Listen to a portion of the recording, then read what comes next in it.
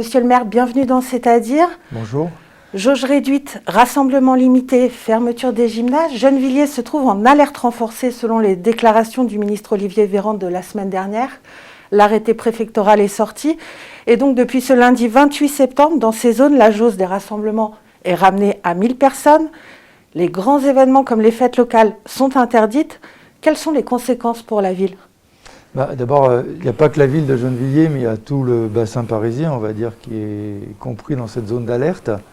Donc les conséquences sont malheureusement importantes puisqu'elles vont diminuer très fortement toutes les activités sociales. En même temps, ce sont des mesures de prévention importantes aussi pour éviter que l'épidémie se propage plus rapidement que les capacités hospitalières à recevoir. Je dois dire que j'aurais préféré que l'on propose un plan d'aide, d'embauche d'infirmiers et d'infirmières et de développement de lits pour permettre à l'hôpital de répondre en cas de crise. Du coup, la fête de la nature, les portes ouvertes des ateliers d'artistes, ça va se tenir ? Il y a pas mal d'activités qui peuvent se tenir encore si les mesures sanitaires sont prises, c'est-à-dire qu'il y a port du masque, gel hydroalcoolique et pas trop de monde dans les salles. Donc il y a des activités qui vont pouvoir se tenir, d'autres qui vont être annulées. Par exemple, on essaye de voir si la foire au vin peut se tenir, même si c'est en novembre, on a le temps de voir, mais avec les mesures actuelles, elle devrait pouvoir se tenir dans les conditions d'un marché.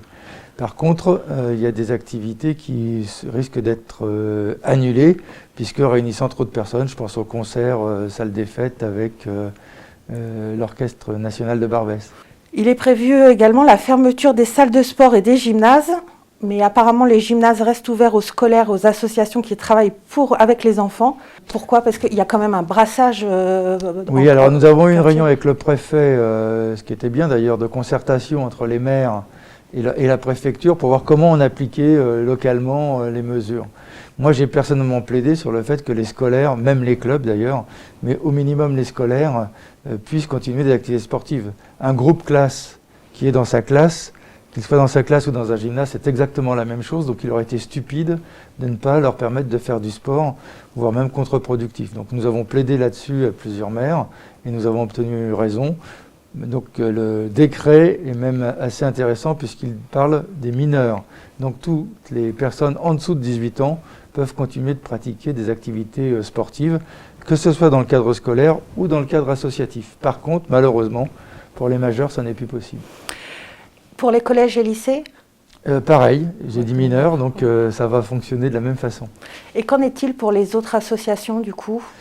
Pour les autres associations, c'est là qu'il y a un problème, c'est-à-dire que malgré les mesures sanitaires qu'ils ont prises, parce que je sais que les clubs ont fait beaucoup d'efforts et de porter beaucoup d'attention à avoir une pratique sportive sans risque, malgré cela, c'est interdit pour toute personne majeure. Et en ce qui concerne les compétitions et les rencontres sportives sur la ville, est-ce qu'elles sont maintenues ? Non, elles vont être annulées puisque ça va être, encore que je vous dis une bêtise, elles ne sont pas forcément annulées parce que si elles sont en plein air, elles peuvent se tenir sur les stades. Et pour les rencontres sportives qui sont en dehors de la zone d'alerte renforcée, c'est-à-dire en dehors de Paris et de la Petite Couronne, est-ce que les équipes gennevilloises, elles peuvent y participer ? Là, vous me posez une colle, a priori oui, mais vous me posez une colle. Par contre, les rencontres sportives en intérieur, je ne crois pas. Le centre nautique est fermé ? Non, il reste ouvert pour les scolaires et je suis en train de regarder aujourd'hui si on peut le laisser ouvert, y compris pour les adultes. Je crois que oui, mais il nous faut le vérifier. Sur les instructions préfectorales, il y a un petit vide là. Dans l'espace public, les rassemblements de plus de 10 personnes sont prohibés. Qui est-ce qui va contrôler ? La police nationale, c'est son rôle de contrôler cela. Puis je pense que le sens de la responsabilité des habitants devrait suffire. Des sanctions sont envisagées ? Il y a des amendes de 135 €, me semble-t-il. Le préfet des Hauts-de-Seine a le pouvoir de prendre des mesures complémentaires. Est-ce qu'il en a pris dans les Hauts-de-Seine ?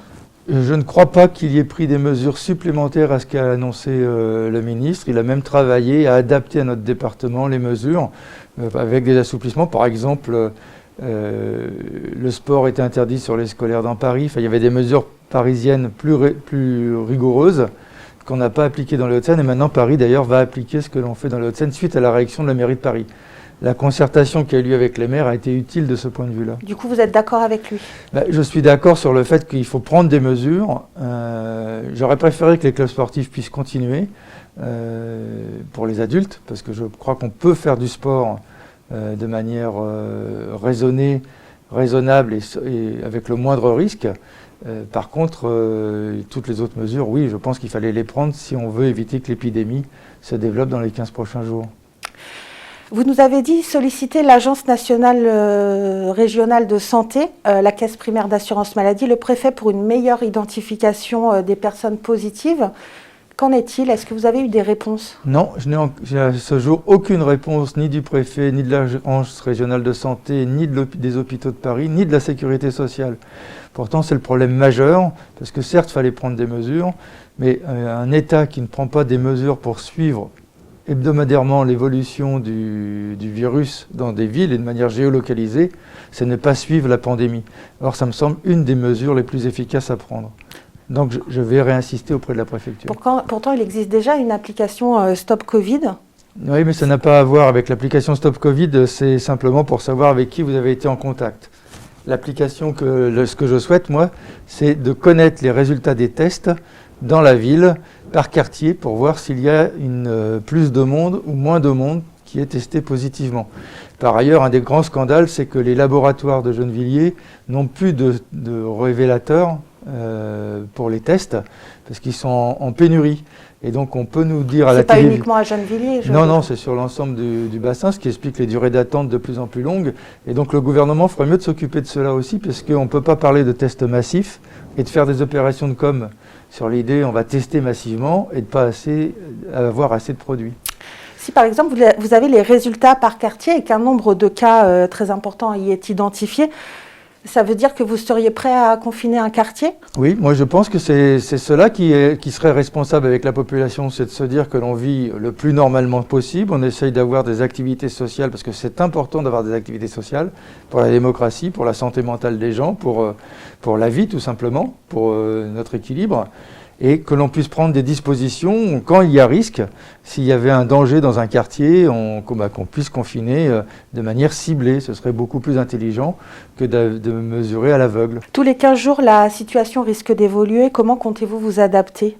Ouvert, fermé, tout le monde s'y perd. Vous arrivez à suivre? On essaye, c'est pour ça qu'on a un point de situation chaque semaine, une réunion de crise de la ville sur le Covid, et peut-être que si ça continue de s'aggraver, nous reviendrons à ce que nous avons fait pendant la crise, un point chaque matin qui nous permet de nous adapter soit à la semaine, soit quotidiennement à l'évolution de l'épidémie. Je crois que là, c'est plus une question de volonté, ou alors si, d'une seule volonté, c'est d'être le plus efficace possible pour lutter contre la propagation rapide du virus et protéger surtout les Gennevilloises et les Gennevillois, parce que c'est la mission première que je me donne dans cette période. C'est quand même plus difficile qu'un confinement finalement. Oui et non. Il faut qu'on arrive à...